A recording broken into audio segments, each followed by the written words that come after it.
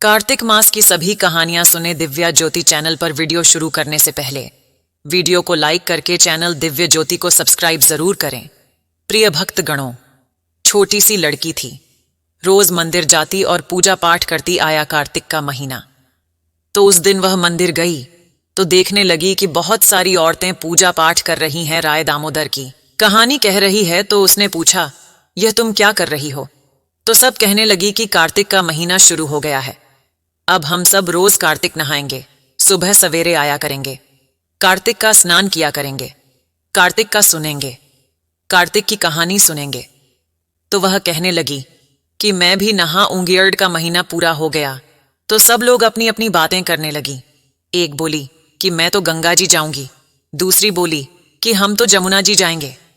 तब किसी ने कहा कि मैं तो राई दामोदर भगवान जी माऊंग। लड़की ने पूछा कि राई दामोदर भगवान कैसे होते हैं? तो वह कहने लगी, सिर पर मोर मुकुट, गलव जनती, माल हाथ में बांसुरी और पीतांबरधारी ऐसे होते हैं राई दामोदर भगवान। अब लड़की अपने घर गई। घर जाकर उसने रसोई बनाई, खूब पकवान बनाए, थाल सजाकर मंदिर में आकर बैठ गई और बोली, आओ राई दामोदर, जेम लो, मंदिर में भगवान नहीं मिले। बहुत देर हो गई उसे, बैठे बैठे कोई जीव ने नहीं आया तो वह थाली लेकर मंदिर से शहर में गई, लेकिन वहां भी भगवान नहीं मिले। शहर से जंगल में गई, वहां भी भगवान नहीं मिले। जंगल से पहाड़ों पर चढ़ गई, सुबह से शाम हो गई। भगवान को पुकारते पुकारते अब तो राय दामोदर भगवान सोचने लगे, ये तो ऊपर से गिर के मरेगी और मेरे को दोष लगेगा, इसको तो मुझे दर्शन देने पड़ेंगे। तब भगवान बूढ़े ब्राह्मण का रूप बनाकर आए और बोले, बेटा मैं तेरा भगवान हूं, मुझे जिमा दे। तो वह कहने लगी, नहीं तुम तो भगवान नहीं हो। तो ब्राह्मण ने पूछा, ऐसा क्यों बोलती है? तो कहने लगी, भगवान तुम्हारे जैसे थोड़े ही होते हैं। ब्राह्मण ने पूछा, तो और कैसे होते हैं भगवान? तो वह बोली कि मेरे भगवान तो सिर मोर मुकुट गल व जनती, माल हाथ में बांसुरी और पीतांबरधारी हैं। तब ब्राह्मण बोला, देख क्या ऐसे हैं तेरे भगवान? ब्राह्मण ने अपना मोर मुकुटधारी रूप दिखा दिया। भगवान उसके सामने सिर पर मोर मुकुट लगाए, गले में वजंती माला पहने, हाथों में बांसुरी और पीतांबरधारी बनकर रूप धारण करके खड़े हो गए। अब वो लड़की खुश हो गई और कहने लगी, हाँ हाँ आप ही हो मेरे भगवान। तब भगवान ने उसे अपना चतुर्भुजी रूप दिखाया तो वह खुश होकर बोली कि हाँ हाँ आप ही मेरे भगवान हो। आगे आगे भागी जाए, पीछे पीछे भगवान आए। भागी भागी अपनी संग सहेलियों के घर में गई और कहने लगी कि मेरे घर पे तो भगवान आए हैं। सब उसकी हंसी उड़ाने लगी कि हाँ हाँ क्यों नहीं, तेरे घर पर ही तो आएंगे भगवान। तो फिर भी कहने लगी कि चलो चलकर देखते हैं इसके घर पर कैसे हैं।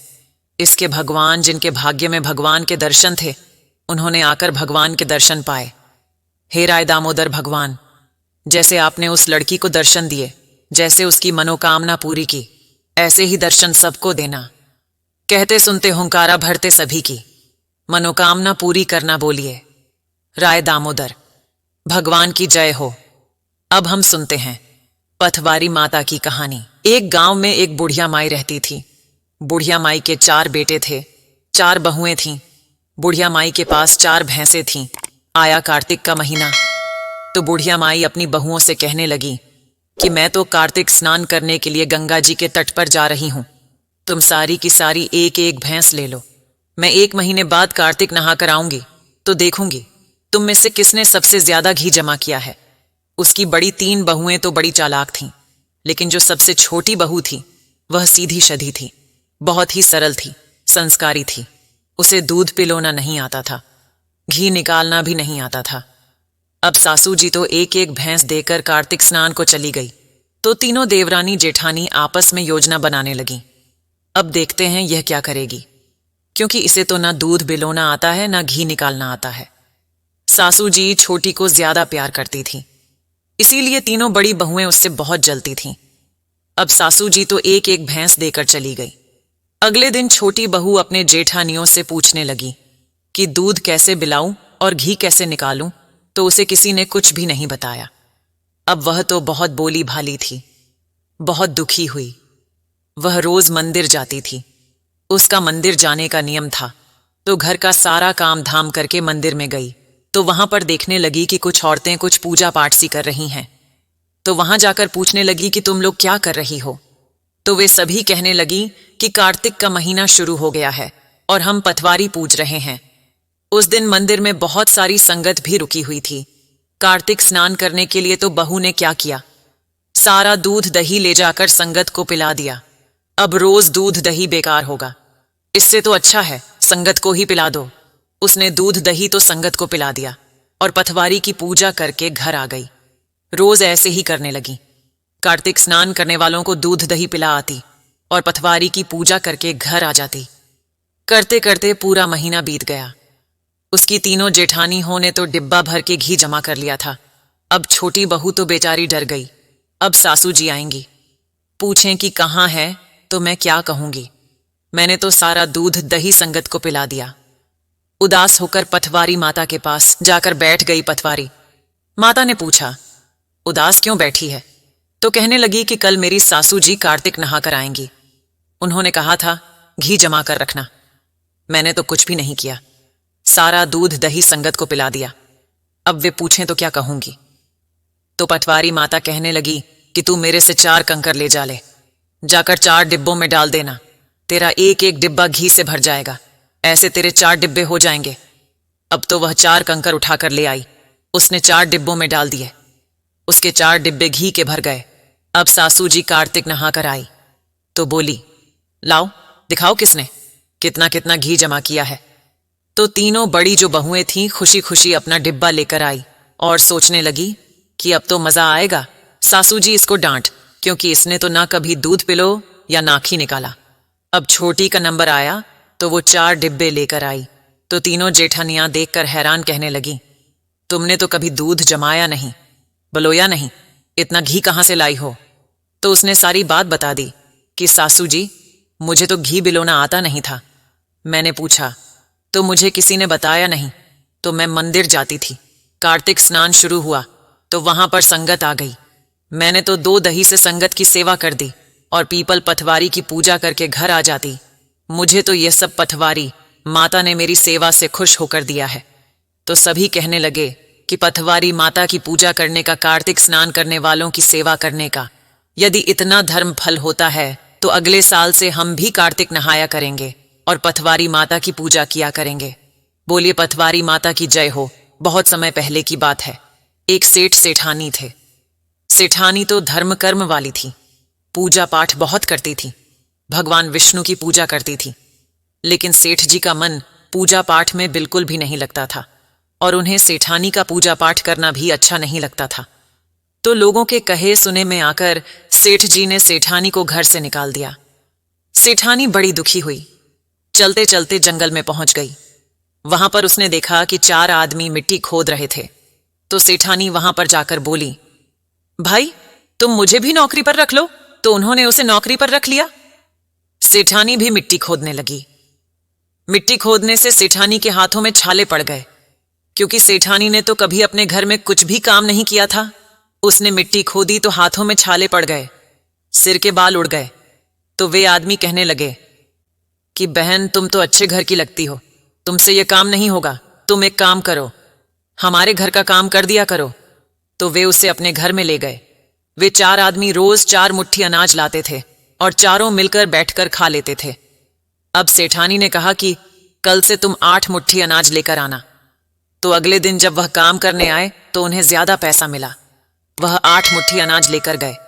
सेठानी ने खाना बनाया, भगवान विष्णु को भोग लगाया और सबको भोजन करा दिया। तो भाई कहने लगे कि बहन भोजन तो बहुत स्वाद है। तो सेठानी बोली कि भगवान का झूठ है, भगवान का प्रसाद है, स्वाद तो होगा ही। उधर सेठ जी भूखों मरने लगे। उनका तो सब जो कारोबार था वह सब ठप पड़ गया। उनके घर में अब खाने को भी कुछ नहीं रहा। तो सब लोग कहने लगे कि लगता है सेठ जी तो सेठानी के ही भाग का खाते थे। अब सेठ जी की बुद्धि सही हो गई। वह सेठानी को ढूंढने के लिए निकले।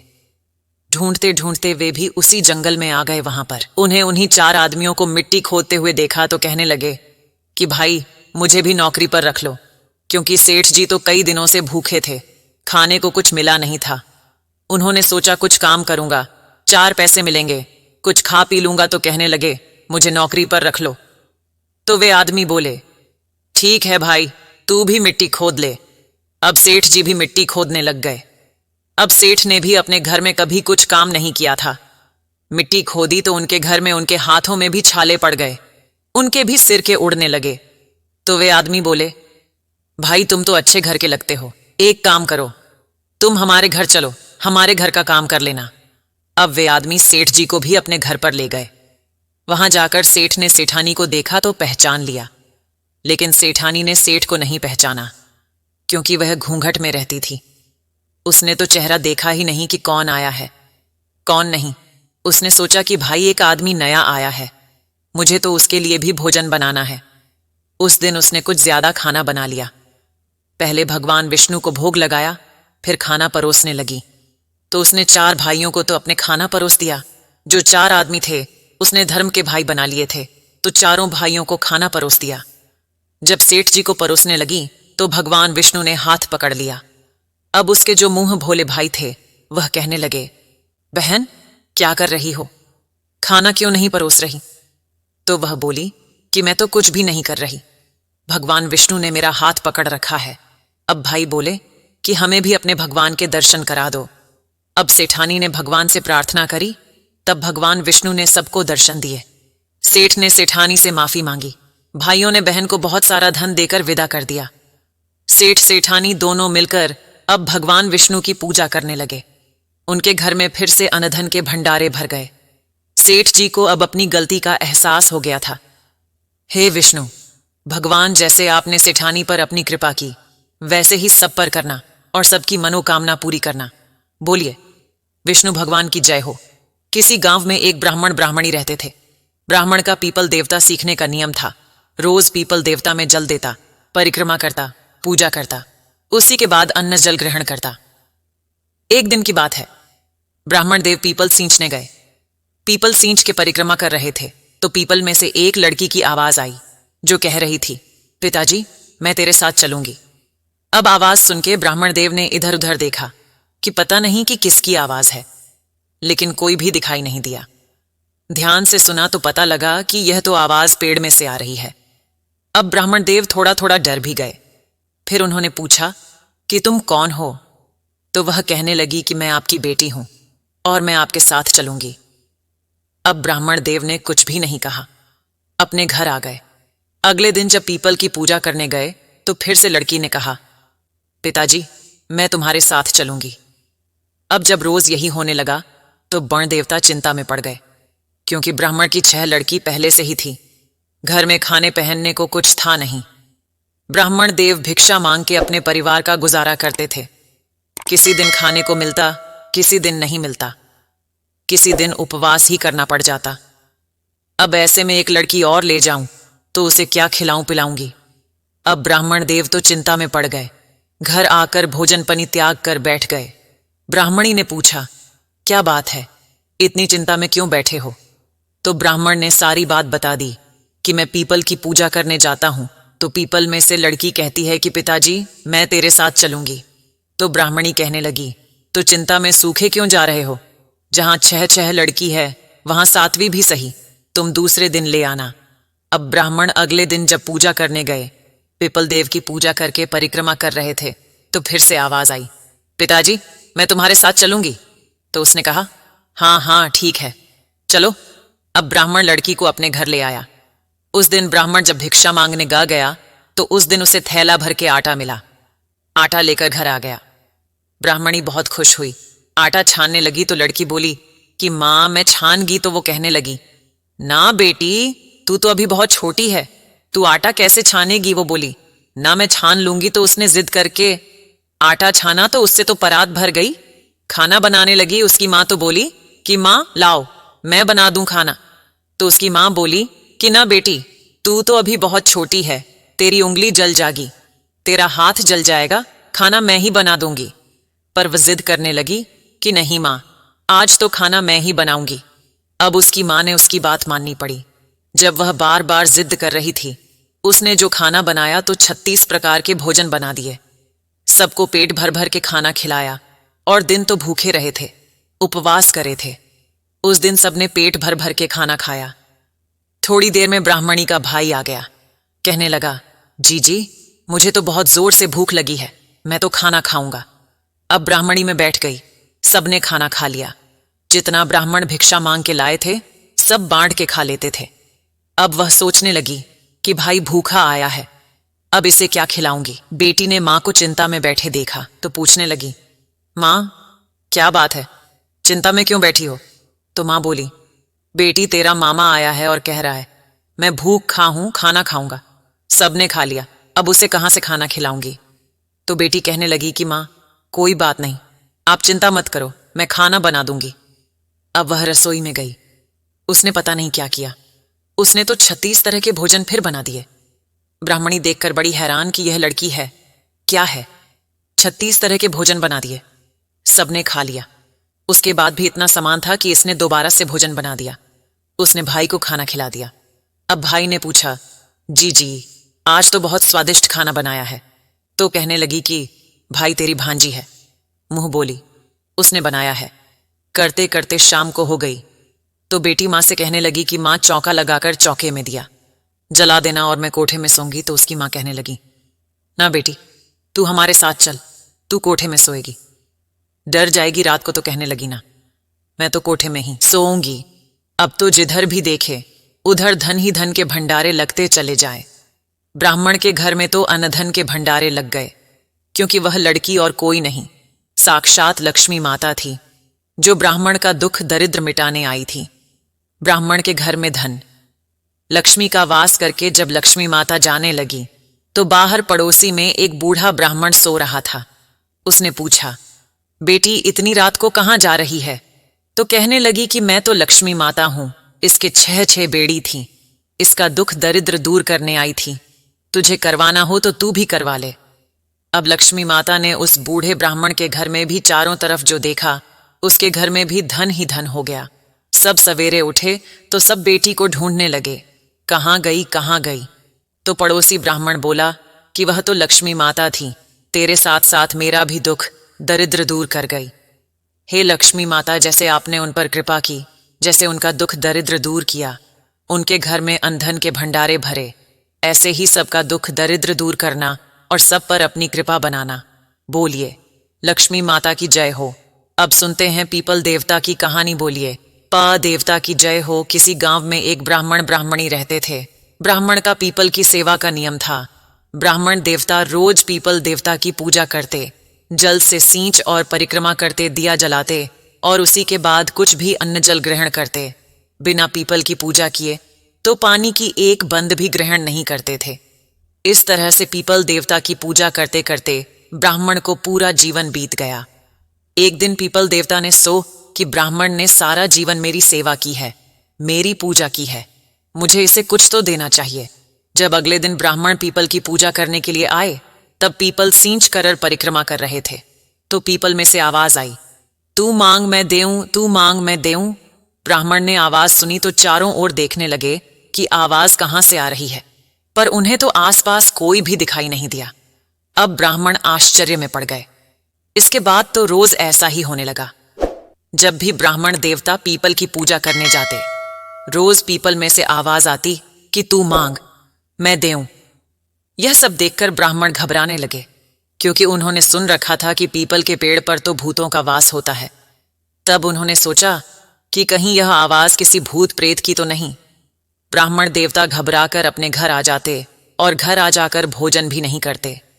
ऐसा कुछ दिन तक हुआ तो ब्राह्मणी ने देखा तो पूछने लगी कि ब्राह्मण देवता किस चिंता में बैठे हो, क्या बात है? तब ब्राह्मण ने सारी बात बताई तो ब्राह्मणी बोली, अरे आप तो बहुत ही भोले हैं। पीपल के पेड़ पर भूत प्रेतों का वास नहीं होता, बल्कि पीपल के पेड़ में तो ब्रह्मा विष्णु और महेश का वास होता है, पितरों का वास होता है, लक्ष्मी जी का वास होता है। हो सकता है यह आवाज भगवान की हो। भगवान आपकी भक्ति से प्रसन्न हुए हो और आपको वर देना चाहते हो। तब ब्राह्मण देवता जब अगले दिन पीपल सींचने गए तो फिर से आवाज आई कि तू मांग मैं दूं। तो ब्राह्मण देवता ने पूछा कि आप कौन हैं और मुझे क्या देना चाहते हैं? तब पीपल में से आवाज आई कि मैं पीपल देवता हूं, तेरी पूजा से, तेरी भक्ति से बहुत प्रसन्न हूं और तुझे कुछ देना चाहता हूं, तू मांग ले। ब्राह्मण देवता बोले कि मुझे तो कुछ भी मांगना नहीं आता, मुझे नहीं पता कि क्या मांगना चाहिए। तब पीपल में से आवाज आई कि तुम अपनी पत्नी से पूछ लेना। ब्राह्मण घर आ गए। ब्राह्मणी कहने लगी। ब्राह्मणी से बोले कि तुम तो सही कहती थी, वह आवाज तो भगवान की ही थी। वे मुझे कुछ देना चाहते हैं, पर मुझे नहीं पता कि क्या मांगूं। तो ब्राह्मणी बोली कि आप पीपल देवता से कहना कि मुझे न करोड़ की माया दे, 16 साल की काया दे बेटा, दे पोता दे, पूरा परिवार दे, सारे सुख दे। तब ब्राह्मण देवता ने अपने पत्नी की बात मानी और अगले दिन जब पीपल की पूजा करने गए और रोज की तरह से आवाज आई, तब ब्राह्मण ने वही बात कह दी जो ब्राह्मणी ने कही थी। ब्राह्मण ने पीपल देवता से कहा कि मुझे न करोड़ की माया दो, 16 साल की काया, 2 बेटा, 2 पोता, 2 पूरा परिवार दो और सारा सुख दो।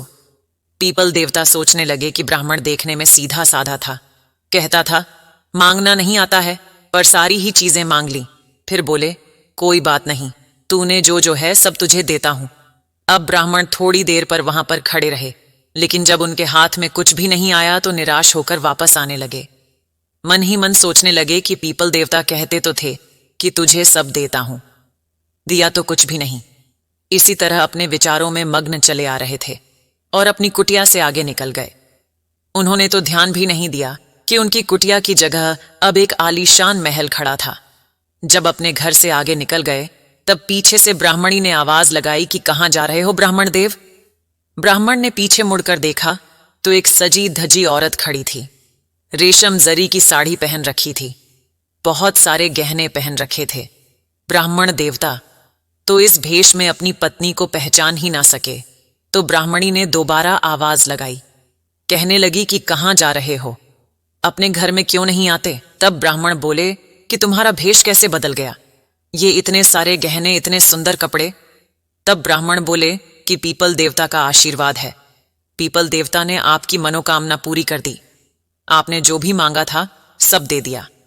तब ब्राह्मण देवता पूछने लगे कि लेकिन हमारी कुटिया कहाँ गई और यह महल किसका है। तो ब्राह्मणी बोली आप अंदर तो चलो, सब पता चल जाएगा। ब्राह्मण देवता अंदर गए तो देखते क्या है, बहुत बड़ा परिवार हो रहा है, बेटे पोते नाती धोते सब घूम रहे हैं। तो ब्राह्मणी बोली कि जैसे आपने मांगा था पीपल देवता ने हमें सब दे दिया, देखिए ये सारा परिवार हमारा ही है। अब तो ब्राह्मण देवता बहुत ही खुश हो गए और उन्होंने मन ही मन पीपल देवता को बहुत धन्यवाद किया। हे पीपल देवता, जैसे आपने ब्राह्मण की मनोकामना पूरी की, वैसे ही आपकी पूजा करने वाले, कथा पढ़ने वाले, कथा सुनने वाले सबकी मनोकामना पूरी करना भूलिए। पीपल महाराज की जय हो, तुलसी महारानी नमो नम। अगर आपको आज की कथा पसंद आई है तो वीडियो को लाइक करके चैनल दिव्य ज्योति को सब्सक्राइब जरूर करें।